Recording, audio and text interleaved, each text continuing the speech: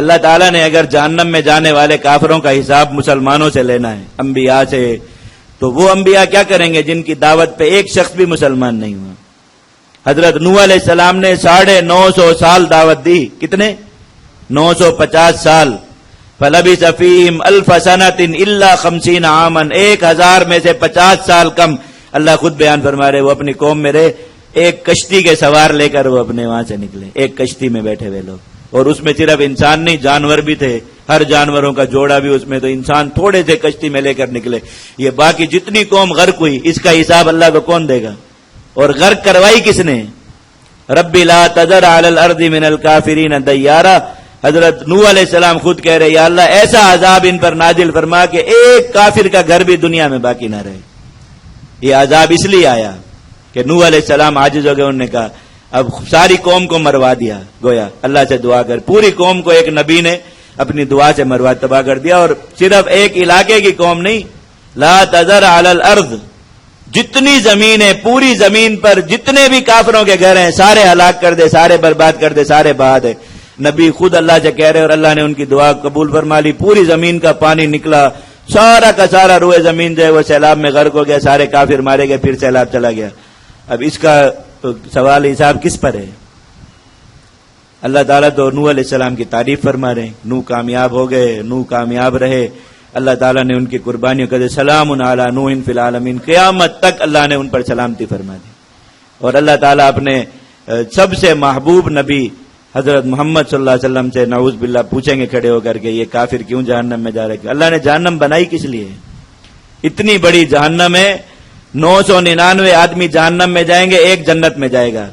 اور پھر بھی جہنم اللہ کو کہہ رہی ہوگی حل من مزید، یا اللہ مجھے اور چاہیے، میرا پیٹ نہیں بھرا. اتنی بڑی جہنم اللہ تعالیٰ نے بنائی، کس کے لیے بنائی؟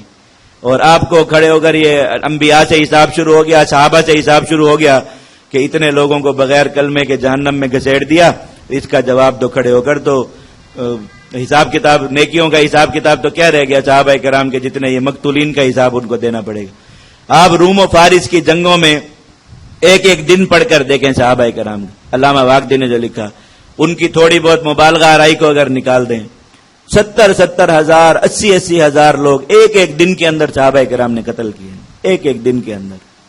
یعنی 2 لاکھ تک بھی وہ لے جاتے تعداد، 1.5 لاکھ تک بھی لے جاتے. آپ اس کو آدھا کر لیں، 1.5 لاکھ اگر کہیں لکھے ہوں 70,000 کر لیں، 70,000 لوگ ایک دن میں مارنا معمولی بات ہے.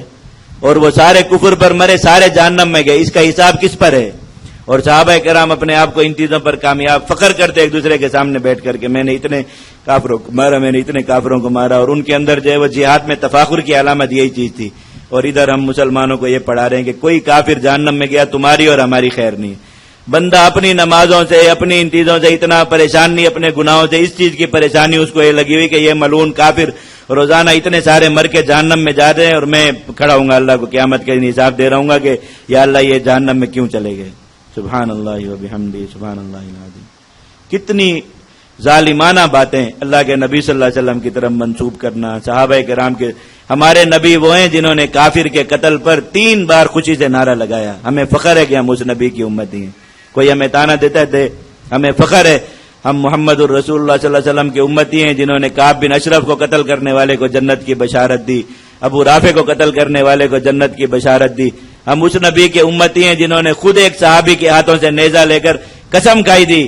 ابی ابن خلف نے قسم کھائی کہ میں محمد صلی اللہ علیہ وسلم قتل کروں گا. حضور نے میں قسم کھاتا ہوں میں اس کو اپنے ہاتھوں سے قتل کروں گا. اللہ کے نبی صلی اللہ علیہ وسلم نے اپنی قسم پوری فرمائی. ہمیں فخر ہے الحمدللہ. ہم اس نبی کے امتی ہیں جنہوں نے خود کافر کو قتل کیا، جنہوں نے کافروں کے قتل کے وارنٹ نکالے، جنہوں نے کافروں کو قتل کرنے والوں کو جنت کی بشارتیں دیں، جنہوں نے کافروں کو قتل کرنے والوں کو انعامات دیے. ہم اس نبی کے امتی ہیں. ہمیں اس پر کوئی الحمدللہ ندامت نہیں، کوئی فخر ہے الحمدللہ اس چیز پر. ہم کیوں ان کافروں کے سامنے جو شرط دواب ہیں، کوئی کتوں کو، خنزیروں کو، لال بیگوں کو ان کے کوئی اعتراضات کے جواب دیتا ہے کہ ہم انہیں جواب دینے بیٹھے کہ ہمارے نبی نے کیوں مروایا؟ ہمارے نبی کے دشمن تھے، انہوں نے مروایا. دنیا کا ہر غیرت مند آدمی، دنیا کا ہر عزت دار آدمی یہی کرتا ہے. ہمارے نبی کو اللہ کا حکم تھا، انہوں نے اللہ کے حکم کو پورا کر کے ان کافروں کو مروایا. جو اللہ کا حکم پورا کرے اس پر کیا تان ہے. لیکن مسلمانوں کو یہ باتیں سنا سنا کے مقصد صرف کیا ہے کہ کوئی مسلمان بس کافروں سے لڑنے کی بات نہ کرے. اور آپ نے اس کے لیے اللہ کے نبی صلی اللہ علیہ وسلم پر جھوٹ باندھ دیا. من کذب علیہ متعمدن، کیا نیکی کی؟ حضور نے فرمایا جس نے میرے اوپر جھوٹ باندھا وہ ہمیشہ جہنم میں رہے گا، جہنم میں اپنا ٹھکانہ بنا لے۔ آپ نے ماج اس نیکی کے لیے کہ جہاد رک جائے، بس جہاد پر جانے والے نوجوان رک جائیں، جہاد کے جذبات کا اظہار کرنے والے فدائی رک جائیں، جہاد پر مال لگانے والے معاونین رک جائیں۔ آپ نے صرف اس لیے اللہ کے نبی پر جھوٹ باندھ دیا کہ وہ کافر کے مرنے پر رو رہے تھے۔ کافر کی موت سے بھی لرزتا ہو جس کا دل، کہتا ہے اس کو کون مسلمان کی موت مر۔ آپ سے کس نے مطالبہ کیا کہ آپ جہاد میں آئیے؟ کبھی آپ کو آگے کسی نے دعوت بھی نہیں دی۔ کو پتا ہے کہ آپ اگر جہاد میں تشریف لائے وہاں پر کیا کریں گے، اس لیے کوئی اگر پتا بھی ہو کہ جا رہے، ہم نے دیکھا ہے بہت سے لوگوں کو ماشاءاللہ ایسے۔ اور افغانستان میں فتوحات کا زمانہ تھا، بہت طالبان بس روزانہ کی تعداد سے جو ہے وہ ایک صوبہ جو ہے وہ فتح کرتے تھے۔ پاکستان سے جانے والے لوگوں کی، خاص طور پہ کراچی سے جانے والے حضرات کی اتنی لائنیں لگی، امیر المومنین کو وفد بھیجنا پڑا کراچی کے مدارس اور یہاں پہ کہ خدا کے لیے اتنے لوگوں کو نہ بھیجیں، وہاں سنبھالنے کی جگہ نہیں، کہ فتوحات ہو رہی تھی، لوگ جا رہے تھے۔ پھر آگے کیا ہوا؟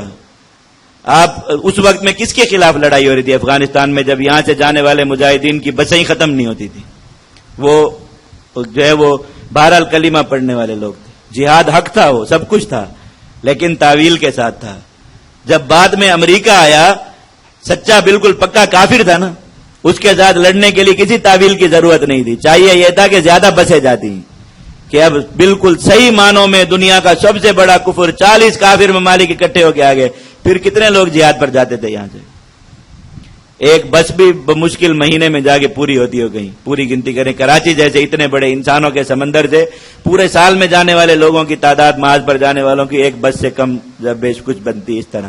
اب یہ حالت ہے، اور اس وقت میں جب جہاد تھا تعویل کے ساتھ، لیکن چونکہ فتوحات ہو رہی تھی تو حضرات اب اسی اس میں جا رہے تھے، وہاں پہ پھر معاملہ الٹ گیا۔ طالبان جس رفتار سے آگے جاتے تھے ماشاءاللہ پیچھے بھی اسی رفتار سے آتے، بلکہ کچھ زیادہ سپیڈ سے آتے تھے۔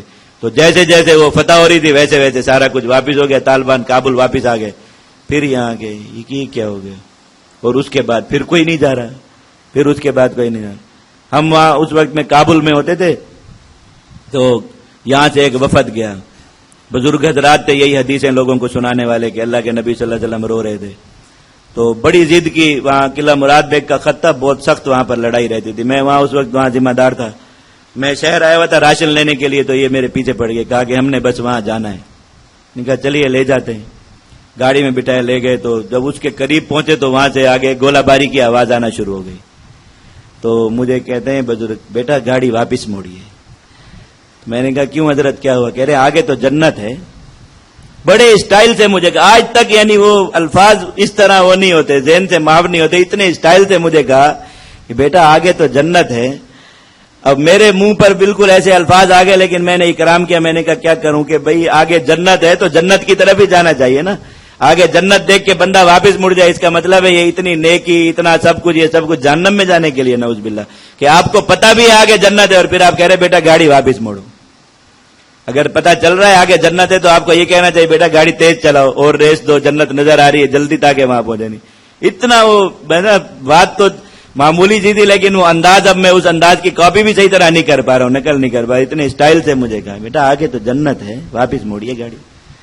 اب آپ نے تو خود جنت میں جانا نہیں ہے، آپ کو جہاں جنت کی آواز آ گئی آپ نے وہاں سے گاڑی مڑوا دی، اور آپ یہ جو نوجوان جنت میں جا رہے ہیں کشاں کشاں کھچے ہوئے جا رہے ہیں، ان کی مائیں ان کو تیار کر کے بھیج رہی ہیں فخر کے ساتھ، ان کا بھی فخر خاک میں ملا رہے ہیں، ان کے بھی قدموں میں روڑے اٹکا رہے ہیں۔ یہی بات ہے ان کو سنا سنا کے کہ جو مسلمان آج جہاد کے ساتھ جڑے ہوئے وہ بھی کسی طرح جہاد سے رہ جائیں، آپ کا مقصد پورا ہو جائے کہ بس لوگ جہاد نہیں کر رہے تو کوئی تانا نہ دے کہ آپ کیوں جہاد کریں۔ نہ ہم کسی کو تانا دینے جا رہے ہیں، نہ ہم کسی کو دعوت دینے جا رہے ہیں، نہ ہم کسی کو زبردستی پکڑ کے جہاد پر لے جانے جا رہے ہیں، نہ ہم جا کر کسی کو یہ کہہ رہے ہیں کہ حضور آپ محاذ پر چلیے ورنہ آپ منافق ہو جائیں، کسی کو بھی کچھ نہیں کہہ رہے، صرف اتنا مطالبہ ہے، صرف اتنا مطالبہ، خدا کے لیے خدا کے لیے خدا کے لیے جو لوگ جہاد کر رہے ہیں انہیں جہاد کر لینے دیجیے، صحیح کر رہے ہیں غلط کر رہے ہیں کر لینے دیجیے۔ دنیا میں چلیں آپ کی نظر میں غلط کام صحیح، آپ نے دنیا کے باقی سارے غلط کام بند کرا لیے، آپ نے دنیا سے سود بند کرا لیا، گانے بند کرا لیے، سب سارے غلط کام آپ نے بند کرا لیے کہ جہاد بھی آپ نے بند کرانا ہے، تو اسی طرح گوارا کر لیجئے کہ دنیا میں جیسے اور برائیاں چل رہی ہیں تو جہاد بھی چلتا رہے، آپ جیسے اور برائیوں کے خلاف نہیں بولتے جہاد کے خلاف بھی نہ بولیں، پردے پر بیان نہیں ہوتے، تصویروں پر بیان نہیں ہوتے، اتنا منکر مسلمانوں میں عام ہو گیا بالکل، خدا کے لیے جہاد کرنے دیجئے، جہاد کی دعوت دینے دیجئے، جس کو اللہ نے جس کے لیے رات تک قرآن سنانے دیجئے، حدیث سنانے دیجئے، مسجد میں آنے دیجئے، ممبر پر بیٹھ کر لوگوں سے بات کرنے دیجئے، جس کو ماننی ہوگی ماننی، نہیں ماننی ہوگی ہم شکریہ ادا کر کے چلے جائیں گے، لیکن یہ اتنا نفاق نہ اختیار کیجیے کہ اب مسجد میں جہاد بیان نہیں ہو سکتا اور ممبر پر یہ بات بیان ہو سکتی ہے کہ اللہ کے نبی صلی اللہ علیہ وسلم نے ہم ممبر پر بیٹھ کر یہ نہیں سنا سکتے جو ایک سچی بات ہے کہ اللہ کے نبی صلی اللہ علیہ وسلم نے ابو جہل کے قتل پر 3 بار خوشی کا نعرہ لگایا. ہم پر یہ پابندی ہے مسجد میں جا کے یہ بیان نہیں کر سکتے، اور لوگوں پر یہ جھوٹ بولنے پر بھی پابندی نہیں ہے کہ 3 قسمیں کھا کر ممبر رسول پر بیٹھ کر کہیں کہ خدا کی قسم صحابہ کرام نے کبھی لڑنے کے لیے تلوار نہیں اٹھائی. ان پر کوئی پابندی نہیں ہے، وہ یہ بات کر سکتے ہیں. ہم جا کر یہ نہیں بتا سکتے کہ صحابہ کرام نے جب تلوار اٹھائی ہے واپس بھی نہیں رکھی، تلواریں جب نکالی ہیں نیام میں ڈالی نہیں ہے واپس. انہوں نے جب تلواریں نکالی ہیں انہوں نے دنیا کے ساتھ کیا کیا ہم یہ نہیں سنا سکتے. آپ یہ کھڑے ہو کر قسمیں کھا کر صحابہ کرام کی پوری تاریخ کو ایک دم تالا لگا سکتے ہیں کہ انہوں نے لڑنے کے لیے کبھی تلوار اٹھائی نہیں. قصہ ہی ختم ہو گیا، بات ختم ہو گئی. اللہ رب العزت کا حکم ہے کفار کو نشان عبرت بنانا. مسلمان ان کی لاشوں اس طرح ان کو ماریں کہ ان کی لاشوں کے ٹکڑے ہوں. بالکل عین انسانیت ہے، اس لیے کہ انسانیت اللہ کی بات ماننا ہے اور اس سے کفار کو نشان عبرت ہوتا ہے. میں نے آج سے کئی سال پہلے کی بات ہے، افغانستان میں جب جہاد بہت فدائی حملے اور یہ چیزیں امریکہ عام پھرتے تھے تو روزانہ ان کے خلاف کوئی نہ کوئی کاروائیاں ہوتی تھی، مرتے تھے. اور عراق میں تو بہت برا حال تھا امریکہ کا. اس وقت میں ایک امریکی اخبار میں کارٹون دیکھا. ہمارے ہاں یہ کارٹون اخبار میں ایک ہوتا ہے سنگل، اور اس پہ چھوٹی سی خبر ہوتی ہے. اس میں ان کے اخبارات میں کارٹون کالم ہوتا ہے، یعنی 8-10 کارٹون ہوں گے اور اس میں ساتھ تھوڑا تھوڑا لکھا تو پورا ایک اخباری کالم جو ہے وہ کارٹون کی شکل میں ہوتا ہے. تو وہ ایسے وہ کالم اس کو کالم ٹون کہتے ہیں. تو وہ اس طرح کا ایک وہ تھا کالم تھا. تو وہ اس کا یعنی وہ کہانی اس میں اس طرح تھی کہ 2 عورتیں امریکہ کے ایک ایئرپورٹ پہ بیٹھی، اور پھر عورتیں جہاں بیٹھی ہوں تو خاموشی کا تو وہاں تصور نہیں، آپس میں انہوں نے ضرور بات کرنی. تو انہوں نے ایک نے دوسری سے پوچھا کہ تم یہاں کیوں آئی ہو بہن؟ اس نے کہا میرا شوہر عراق گیا ہوا تھا فوج میں، عراق اس کی جو ہے وہ ڈیوٹی تھی، آج وہ اطلاع یہ گھر میں کہ وہ واپس آ رہا ہے، اسے وصول کرنے کے لیے آئی. تو اس نے کہا پھر تم دعا کرو کہ تمہارا شوہر پورا واپس آیا ہو، اس لیے کہ عراق سے جتنے بھی ڈیوٹی دے کے واپس آتے ہیں وہ پورے نہیں ہوتے. مجاہدین کوئی نہ کوئی نشانی رکھ لیتے ہیں، بازو رکھ لیتے ہیں، ٹانگ رکھ لیتے ہیں، کسی کی آنکھ رکھ لیتے ہیں، کسی کا کچھ. پچھلے دنوں امریکہ میں جلوس نکلا، 1 لاکھ سے زیادہ فوجی تھے جو معذور ہوئے جنگ میں. اتنا ایمان تازہ ہوا دیکھ کر کہ اللہ تعالیٰ نے یہ منظر، لنگڑے لولے، کوئی بیساکھیوں کے سہارے، کوئی اس پر ویل چیئر پر بیٹھ کر جو ہے وہ حکومت کے خلاف جلوس نکالا ہوا تھا کہ ہماری جو ہے وہ پینشنیں بڑھائی جائیں. سارے وہ فوجی تھے جو ان دونوں محاذوں پر معذور ہوئے. تو اس نے عورت نے اسی کے پیش نظر اس سے کہا بہن دعا کرو تمہارا شوہر پورا واپس آیا. اس نے کہا اچھا یہ بتاؤ تم یہاں کیوں آئی؟ کہا میرا شوہر افغانستان گیا ہوا تھا، اس کی وہاں ڈیوٹی تھی، وہ واپس آ رہا ہے، اس کو لینے آئی. اس نے کہا پھر تم دعا کرو کہ وہ ڈبے سے باہر ہو، اس لیے کہ افغانستان سے تو پیک واپس آتے ہیں تابوت میں، وہ ایسے نہیں آتا اس طرح خالی کوئی.